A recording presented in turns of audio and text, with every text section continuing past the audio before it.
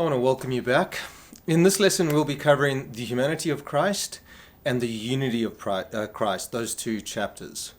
And these chapters together are fundamental to our understanding of the mystery of God taking upon himself flesh. As John 1 says, "In the beginning was the Word, and the Word was with God, and the Word was God." Notice how John highlights the eternal and divine nature of the second person of the Trinity.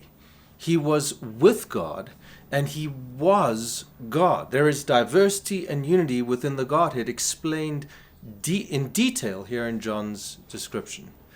The Logos is eternally, forever, with God and God. However, John says in John 1 verse 14, "The Word became flesh and made his dwelling among us. We have seen his glory, the glory of the one and only Son who came from the Father, full of grace and truth." The Word, the Logos, took on flesh. This act is, as C.S. Lewis puts it, the central miracle asserted by Christians is the incarnation. They say God became man. Every other miracle prepares for this, or exhibits this, or results from this.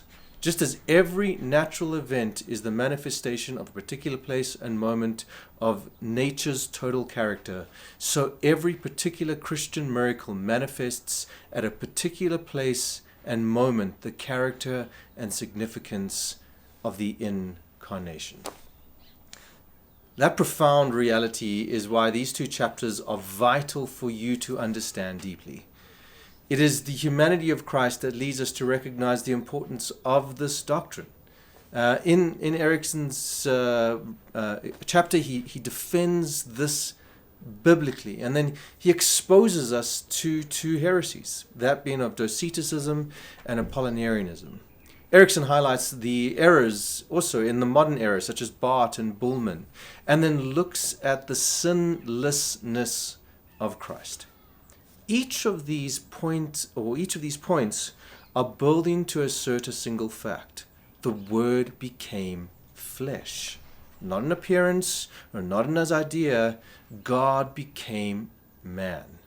Now, to guide you in your studies, take time with the heresies that Erickson highlights in his chapter, as they become really powerful warnings against making the same errors today. And people do that. We make the same errors that people have in the past.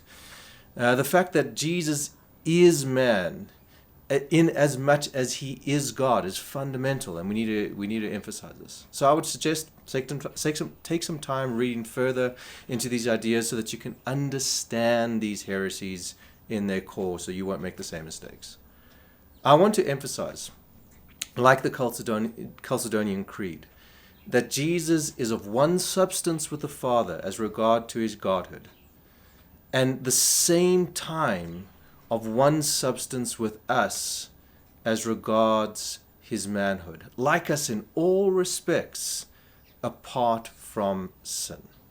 What a profound chapter.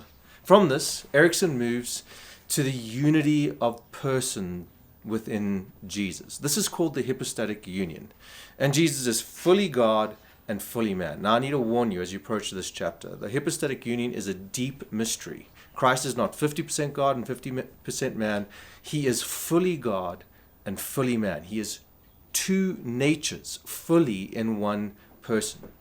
Now, many have attempted to simplify this and have crashed on the rocks of heresy. This mystery needs to be maintained and explained in our churches, lest we undermine Christ, and in that undermine our very salvation. Again, I think Erickson very wisely tackles this very difficult topic by highlighting the missteps first in the history of the church.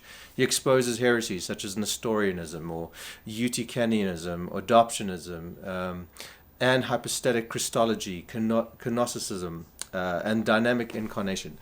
And I need to emphasize, go through these sections slowly and read them to understand. If you are struggling, do some research outside of Erickson to gain more knowledge on the characters and the problems in these views. It's deeply important that you do not make the same mistakes. From there, we come to Erickson's basic tenets of the hypostatic union, which I can strongly suggest internalize these. They will go a long way in guiding your teachings of the church and protecting you and the church from the errors that heretics have made through the ages. These sections are not just theological high-mindedness. This is the core of our faith. God desired for humanity to dwell with him. Think of the promises of I will be your God and you will be my people. And yet Christ is the fulfillment of that. For Christ is God and humanity together. So again, in light of that great mystery, read through these sections very carefully, read intentionally, and I'll see you next time.